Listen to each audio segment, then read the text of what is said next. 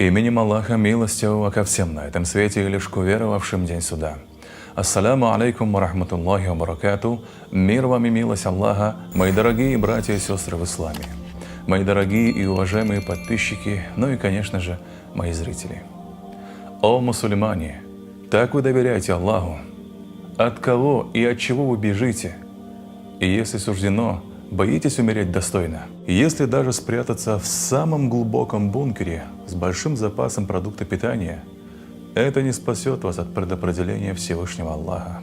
Аллах испытывает вас, и вместо того, чтобы полностью покориться воле Всевышнего, вы боитесь остаться голодными. Разве так подобает мусульманам вести себя? Вы же взрослые люди, ну что вы делаете?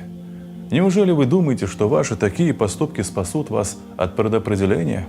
Спасут вас не запасы ваши, а искреннее покаяние, молитвы и связь с Всевышним Аллахом. А те, кто действительно доверились Всевышнему Аллаху, они смиренны, и они не испытают страха.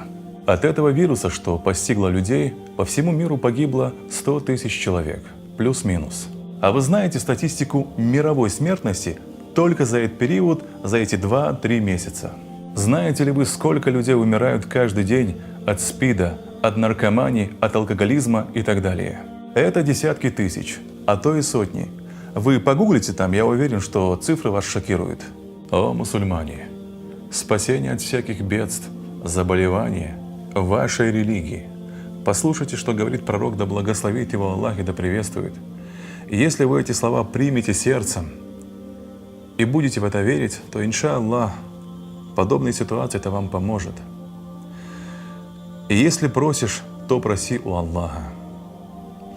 Ибн Аббас, да будет доволен им Аллах, рассказывал: однажды, когда я сидел верхом позади пророка, мир ему и благословение Аллаха, он сказал мне: «О мальчик, не научить ли тебя некоторым словам, посредством которых Аллах окажет тебе пользу?»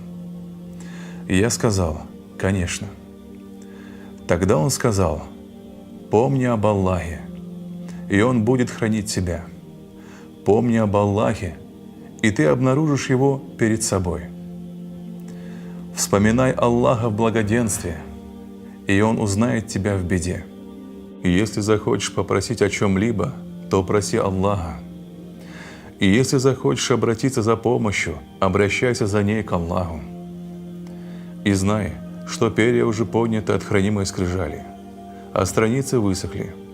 А потому, если все люди соберутся вместе, чтобы сделать для тебя что-нибудь полезное, они принесут тебе пользу лишь в том, что было предопределено тебе Аллахом. И если они соберутся вместе, чтобы нанести тебе вред, они повредят тебе лишь в том, что было предопределено тебе Аллахом. Ну а теперь я бы хотел обратить ваше внимание на следующие слова. Их нужно услышать и прочувствовать. «И знай, что обошедшее тебя стороной не могло постичь тебя, а постигшее тебя не могло обойти тебя стороной. И поистине победа приходит с терпением, радость несчастьем, а с трудностью приходит облегчение». Мои дорогие братья и сестры в исламе, вам не нужно ничего бояться. Сам Аллах все решил за нас. «Ля хауля ва ля куввата илля билля». И нет силы и мощи ни у кого, кроме как у Аллаха. Так доверьте же Ему. Вассаляму алейкум ва рахматуллахи ва баракатух.